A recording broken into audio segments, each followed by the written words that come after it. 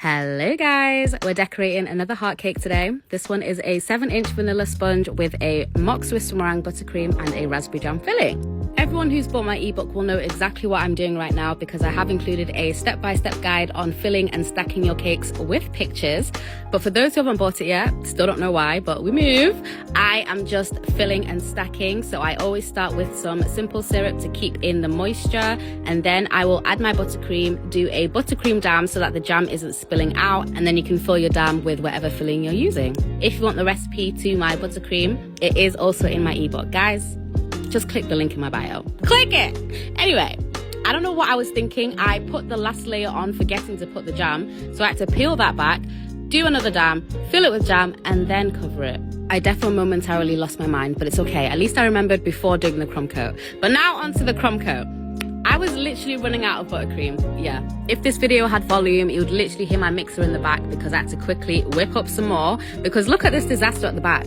Because I didn't have enough buttercream, my crumb coat was too thin and you can still see the cake pretty prominently, and I absolutely hate that. So I did a second crumb coat just so that I could hide the cake a little bit better. And listen, I say this all the time, your crumb coat does not have to be perfect, but I really do believe if your crumb coat is smooth, your final base will be smooth. That's just how life works. This is how she's looking after her second crumb coat. Super cute, super smooth.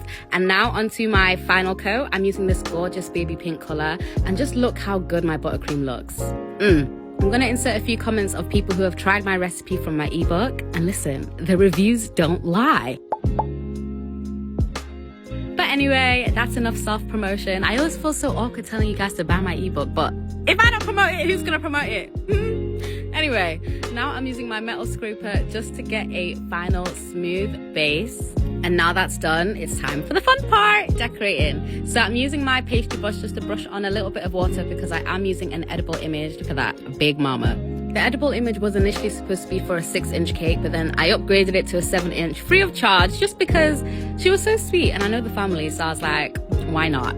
Now onto piping. I used my 104 ruffle tip for the ruffles, and while I was decorating this cake, right, normally I listen to like podcasts, true crime, messages, whatever, but this time I was like, let me play my playlist, let me play my music, and it was such a vibe. Like, I don't know why I haven't done this before. So I actually have posted 2 versions of this video. One like this, where I'm doing a voiceover, and then the other one is a little playlist vibe. So comment which video you saw first. But anyway, back to the cake. So she sent me this picture as inspiration, but as you can see, you can't see the sides of the cake. I don't know what's on the sides of the cake. So I was like, so do you want the sides plain or do you want me to do vintage piping? And she said that she wanted the vintage piping. So technically I had free reign because she didn't send me any pictures of what she'd want the sides to look like. And I was struggling. Let me not lie to you guys. I struggled. I now realize why it takes me so long to do a cake, because I'm always trying to make my vintage cakes look different, like try different piping techniques, try new things. And because I'm constantly trying new things, it takes so long because I'll be piping and then I wipe it off and then I do something else. Nah, take it off. Like, yeah.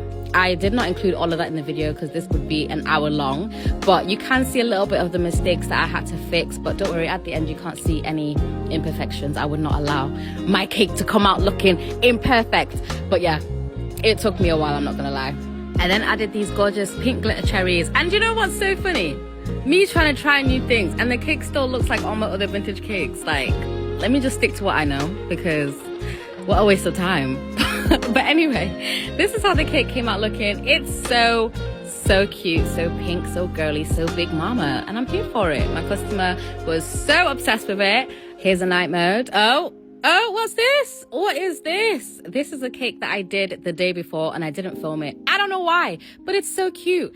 This customer also was obsessed with their cake, but as always, let me know what you think of both of them, and I'll see you in the next one. Bye, cuties.